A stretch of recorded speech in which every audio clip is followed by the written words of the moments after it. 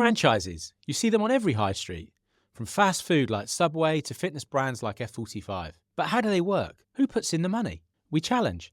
Is it just a bunch of faceless corporations? Well, we're going to find out now on Work This Way, as we are joined by an inspiring South African entrepreneur who calls E17 Walthamstow home. This podcast begins in 3, 2, 1.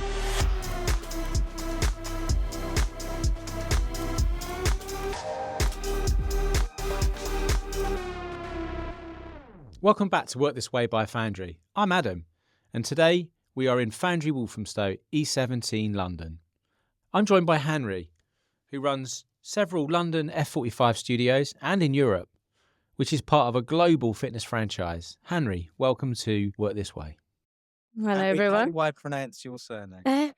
In South Africa, it's Van der Merwe. But in the UK, it's Van der Merwe. Like normally when people phone me, they always just, hello, is this Miss Hanri Van der? I'm like, yes, it's me. That's the one. And then I go back to South Africa and I say, oh yeah, I have a table for two for Hanri Van der Merwe. And they're like, you mean Hanri Van der Merwe, yeah? That's quite funny. We are neighbours in the Bathurst Road in Walthamstow, E17 London. The best postcode in London. We have been operating in the same space for about the same time now, of course, Mills. And it's been amazing to watch you with F45 grow into, I believe, what is now the busiest F45 in the UK. It's an amazing story and I can't wait for you to tell it.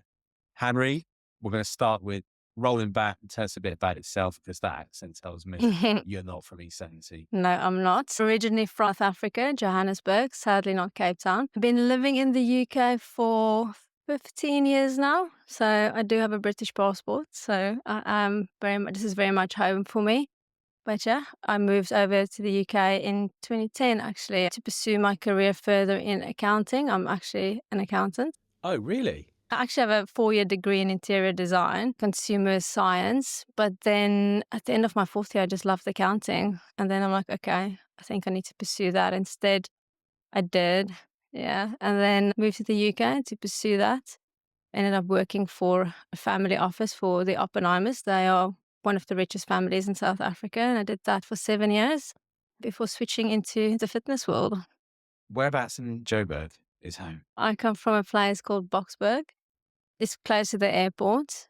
And people always give you shit when you live there because it's a bit...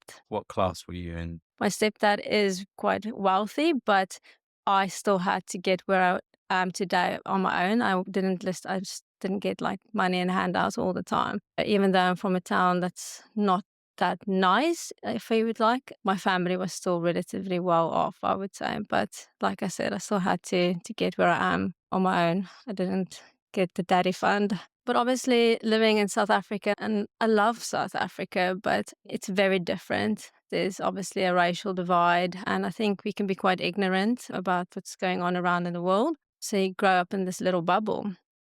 And it's only when I moved to the UK we're exposed to so much diversity of different religions. I always say this, when I moved to the UK, I didn't know anyone who didn't eat meat. I made my first veggie in the UK.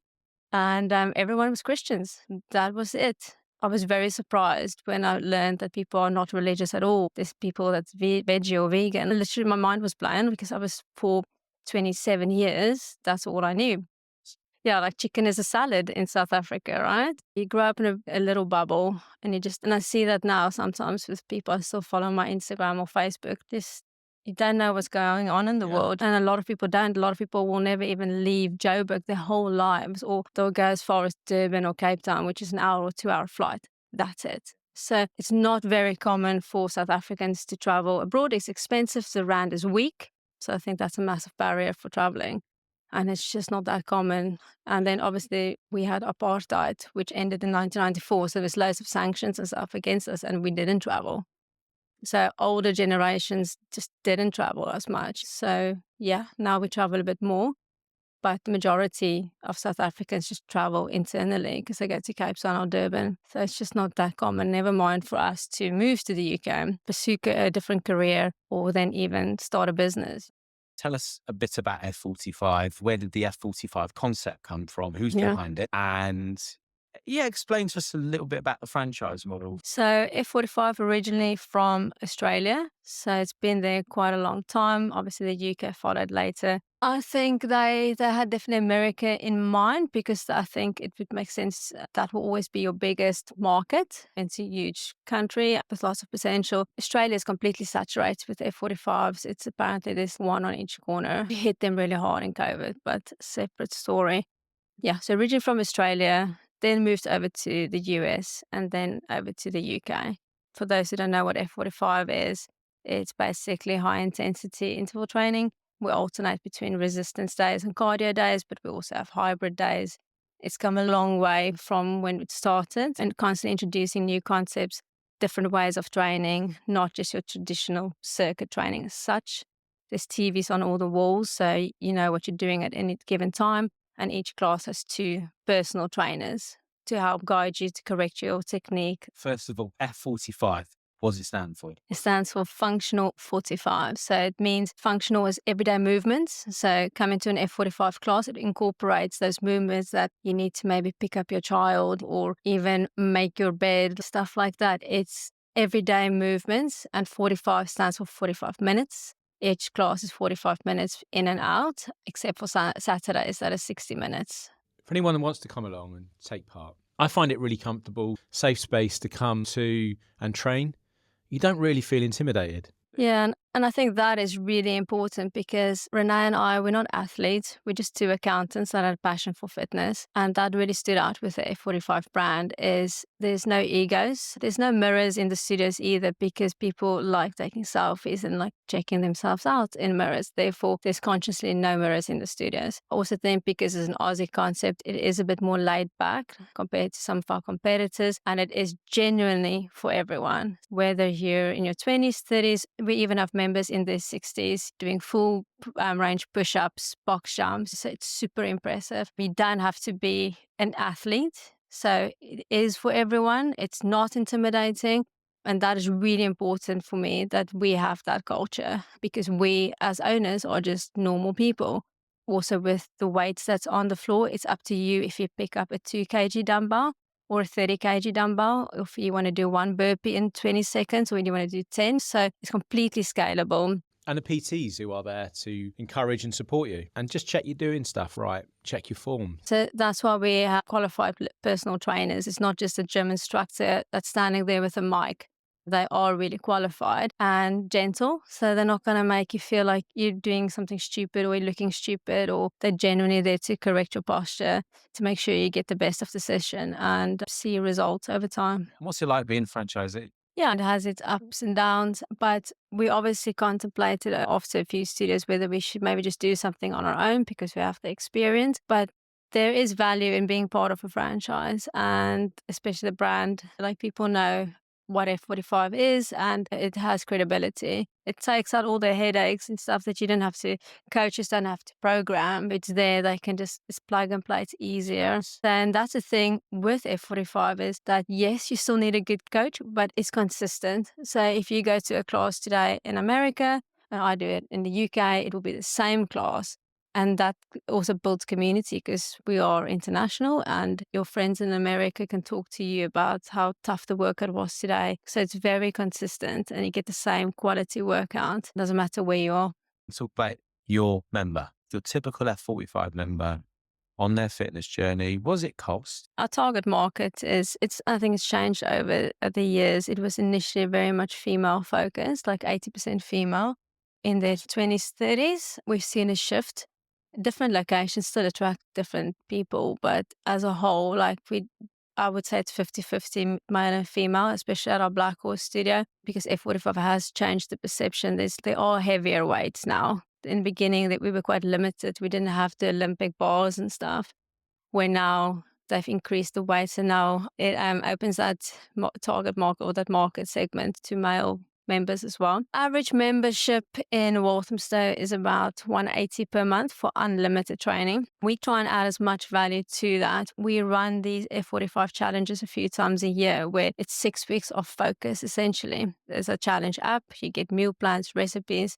We do a little nutrition talk so you can educate yourself and know what you need to do to get the best results, but it's a nice little kickstart. If you're an unlimited membership, you get access to that as well. We do body composition scans. That's optional because then it's measurable, your results. Yeah, so it's about $180 a month, but it's unlimited training. If you use the service 3 to 4 times a week, that breaks back to £10 to £15 a session. Exactly. The more you use it, the more value you will get from it and the lower the cost per class. And also I've noticed that the more you train, the less you're inclined to maybe go out on a boozy night because you don't want to feel like rubbish for the next day. I want to talk about your journey to setting this one up in Black Horse Mills. Yeah. For context for our listeners, Black Horse Mills is a circa 500 home build to rent. Yeah. It was delivered in 2019, around 2019, by Legal & General. And for those of you, Legal & General are business partners at Foundry. And it is a remarkable development. And it's been game-changing for this part of Walthamstow. Runs at very high occupancy, so it's a real success story for the investors. And it was known until very recently as the flagship build to rent at 500 units. Homes here are to rent, studios and 3 beds. So you've picked your location brilliantly. Your target demographic literally live above you. That's exactly the thinking process behind it. Yeah, with circa 1,000 residents in Black Horse Mills, plus the fast-growing communities all around East End, and of course straight across the wetlands, which we're looking at today. Yeah, they only need around 250, 300 members to start being profitable. So we figured there's enough people in this pocket to make this work. I moved here in 2015. So I've seen a change over the years. I lived at the Walthamstow dog track, actually near Chingford, but there was nothing in the area really. I remember I would drive to where Black Horse Mills is built now. There was a car park, and one of my friends that lives in Essex, no, babes, you can't do that. You'll get stabbed. I'm like, you can't travel from Black Horse. I'm like, as long as I don't get killed, I'm South African. I'll roll with that. It looks okay to me. And now today, that car park is Black Horse Mills. So it's amazing to see it. And at the time, we were not planning on opening another F45, but HQ reached out to us because they wanted to grow. And they're like, will you guys be interested in doing another one? And we saw this building. So I'm like, okay, this makes sense. We're local. This could be a good opportunity. I know that Legal & General have a clear strategy for independent-led businesses across its residential portfolio in the UK. I can imagine that must have been a big sell for you at the start at Black Horse Mills. I think there's a big misconception, a perception about that in general. So when we approach the estate agent at that point, okay, they'll speak to the landlord, but they want to come and meet us and they want to come to Holloway and see what it's like because they're looking for small businesses. But once they met us and we explained how the concept worked, they're like, oh, yeah, okay, you're perfect for it. But from the outside, it looks like F45 is just one big corporation. And we see that from our members as well. They'll phone a number thinking it's like a central number line and they want to speak to the Black Horse studio. And it's not how it works. We are not backed by HQ. It's part of a corporation, but it's very much a small business. It's my life savings going into these studios. There's no backing financially from HQ or anything like that. It's very much a small business, just like anything in the area. Hanri, you kind of operate like any other small business in E17, but you have this massive international brand behind you. It's fascinating. Tell us about FS8. So FS8 is a sister brand of F45. It stands for functional style, and then it's the 8 principles of Pilates, Performer Pilates. There's a big shift towards general well-being, recovery, stuff like that in the fitness world. So we are shifting towards that because you have F45 that's more high impact. Now you have FS8 that's more low impact. Again, we'll be open to everyone. You don't need to be I have a lot of experience in going to Pilates classes. There'll be screens around the room. It's quite premium. It will have a very different feel from F45. It's going to be nice monochromatic colors, and it's going to be a really nice studio opening next door to F45, and then hopefully have FS8 as well later in the year. FS8, how many FS8s are there in the UK at the moment? There are only 2 open at the moment. I'm taking risks because I almost think we're almost a bit not too late in the reformer world, but it's very successful. It's a really big shift towards it.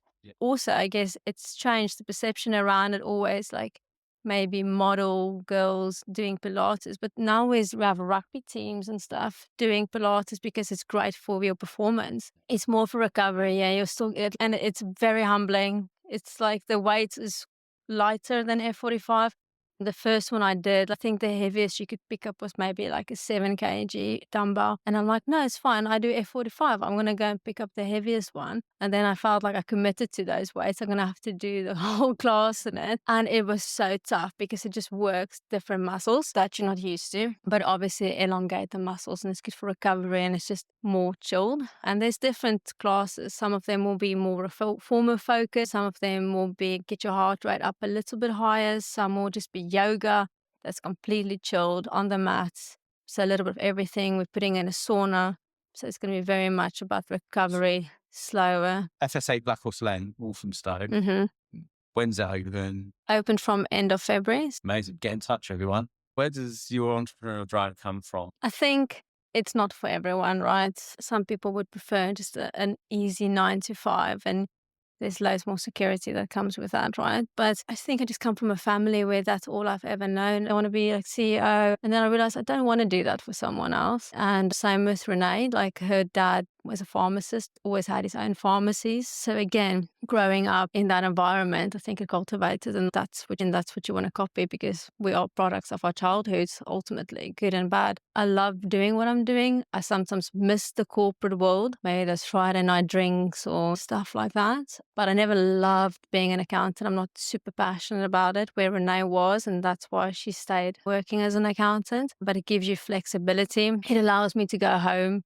Yes, I might still be working, but I can go home to South Africa for 3 weeks. Yes, my laptop is on my lap most of the time, but I can still be there, which being from South Africa, being an only child, only grandchild, family is super important to me, where it really limits you when you work for a company. I wouldn't have it any other way, to be honest. How do you switch off from work? Tell us what you're listening to. I really like Diary of a CEO because he covers quite a lot of stuff from fitness to business to health. So most of the time, because I also still want to learn more and upskill in every way possible and be more knowledgeable. So it is often something like his that just covers like a lot of health stuff. Okay. I also love Whoop podcast because I've had my Whoop band and I don't know if everyone knows what it is, but it's like a fitness tracker, but with a very specific algorithm and apparently the best algorithm that there is, the most accurate. And I got it pre-COVID and it's been amazing. Like it showed me I had COVID before I even knew I had COVID. My REM is really bad. I go to bed, I sleep 8 to 9 hours, but my REM is always like an hour or so. And I'm convinced it's why I have a bad memory and just sometimes a bit ditzy. So that's important. But yeah, Whoop podcasts are very good and I've probably listened to all of them. So I highly recommend that. Okay. I'm actually reading The Body Keeps the Score. It's very slow because it's basically about like how childhood trauma, even if you think it's not trauma, like we don't realize the impact that your childhood has on you and how it keeps the score on your body and the physical and mental impact your childhood has on you. Very interesting. I am reading that one, but very slowly. It's been really interesting to learn your and Renee's story from South Africa, right? Mm-hmm. Through from employment to self-employment. Yeah. The vision that you had being early movers with F45. Yeah. You're now early movers with FS8. Correct. Yeah. An evolution of F45. It's really inspiring for me, for us as a business. I know that we're neighbours and we're working closer together on Hove. Mm-hmm. But we love having you next door. We love having you. It's been a great partnership. Yeah. And it's, again, inspiring for our listeners and our members, our network of fantastic Foundry members that are out there bashing away with their own businesses or whatever. So yeah, thanks for your honesty. Thanks for the insights. We really appreciate it. How do our listeners and our members get in touch with you? Yeah, business-wise, locally in Walthamstow, you can either Google FS8 Black Horse Lane or FS8 or F45 Black Horse Lane, but we're also on Instagram. We'll pop up if you just search it. And then on a private level, I'm on LinkedIn as Hanri Van der Merwe and also on Instagram. So yeah, amazing. Find me there. You. Thank you for having me. That was great.